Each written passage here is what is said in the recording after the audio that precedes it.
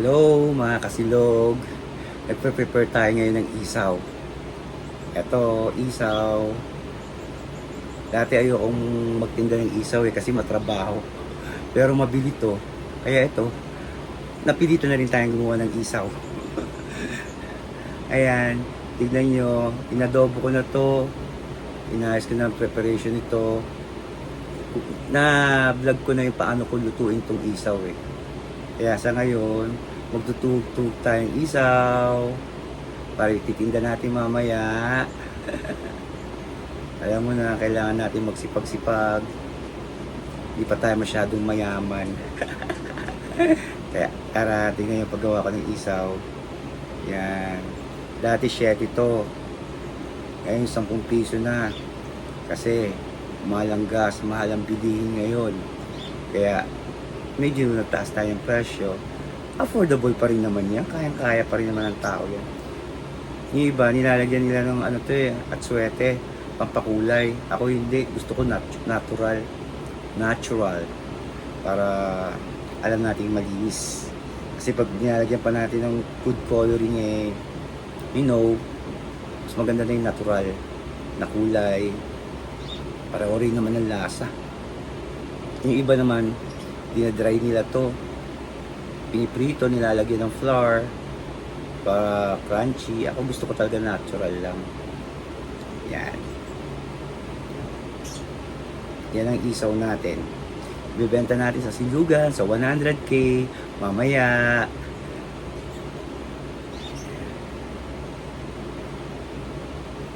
Paunti-unti pa lang. Para pag mabili na, damihan natin. Ngayon, 1 kilo lang ang binibili ko Yan.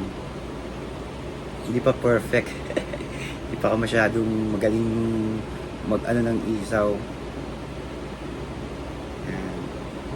Ayan! Ito ang isaw natin. Mabili na rin siya sa ngayon Yung 1 kilo ko, 1 kilong isaw, nauubos sa kasi nagbubukas ako ng aking silugan 6 o'clock ng gabi hanggang hanggang 10 o 10:30 ganyan. Nauubos naman yung isaw natin. Sa ibang barbecue, chicken feet, leeg, hotdog, yun lang muna. Ayoko pa na masyadong maraming panindang barbecue kasi hindi pa naman masyadong hindi naman matao tong lugar namin. Mangilan-ngilan lang namimili. Actually, ang bumibili dayo pa nga. Diba? Yan, gaganyanin natin yan. Yan.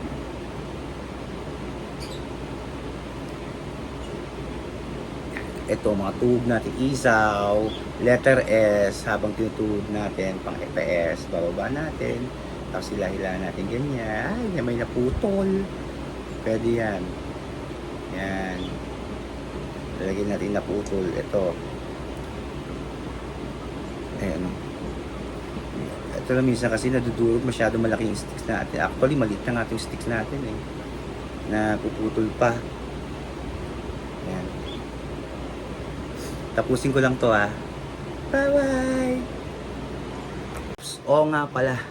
Nagugas ako ng kamay Baka sabihin nyo hindi ako nagugas ng kamay Sinabon ko pa to bago tayo mag-ano ng isaw. Bago tayo magtugtog ng isaw. Kinakailangang malinis ang ating kamay. Pag gumagamit tayo o nagluluto tayo o mahawak tayo ng paninda natin. Kailangan linisin natin ang kamay. Yun ang pinaka-importante sa lahat. At dapat masarap ang ating paninda. At fresh, di ba? Alam nyo na. Nilinis ko itong mabuti para walang mapait. Linis ko. Kahit malinis ko nung nabili to, syempre, kailangan linisin pa rin natin. Para malinis ang ating paninda, walang mapait. Dito ako sa kwarto ko habang nanonood ng Netflix. Nalilibang-libang din ako, di ba? Ayan. That's it. Marami pa to. 1 kilo tong ginawa natin. Tapusin ko na talaga to Bye!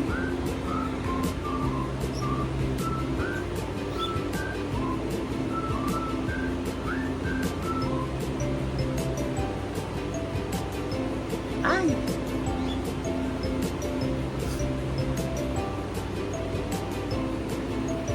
Letter S.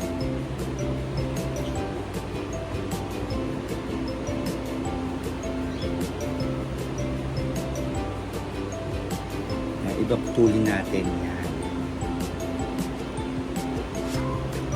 10 piso na to. Mahal na lahat ang bilihin. Mahal ang gas.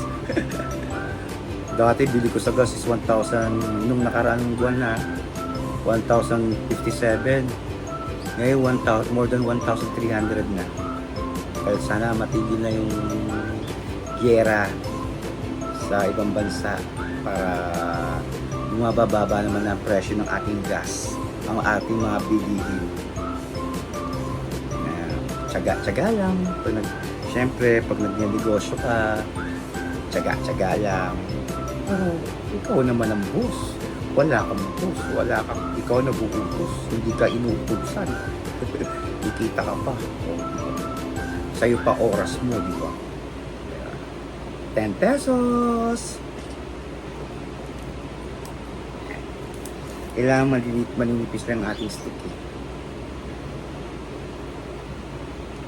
Ito, iba, naglalagas-lagas.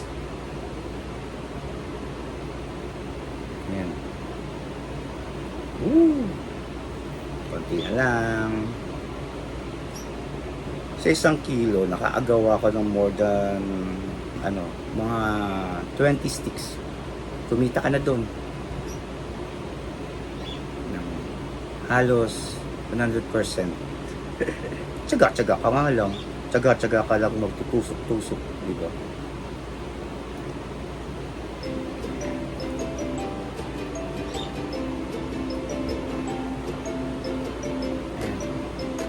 Ganyan lang. Ganyan lang talagang negosyo. Tsaga-tsaga. May time na malakas, may time na mahina, pero may time naman na super lakas. Dun, sold ka dun. Pero ngayon lumalakas na siya. Kasi hindi na ako natitinda ng mga medyo mamahaling barbecue. Tulad ng chicken wings na worth 40 pesos. Namamahalan sila roon. Kaya mga mumurahin lang ang ating paninda. At least may benta. Diba?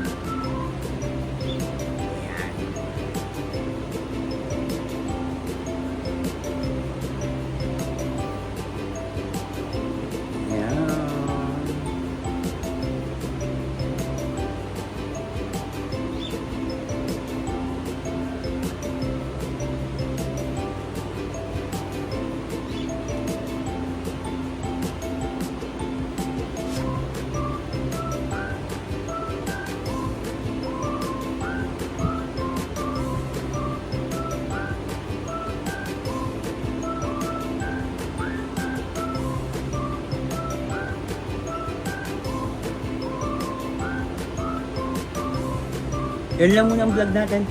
Thank you for watching. Bye for now.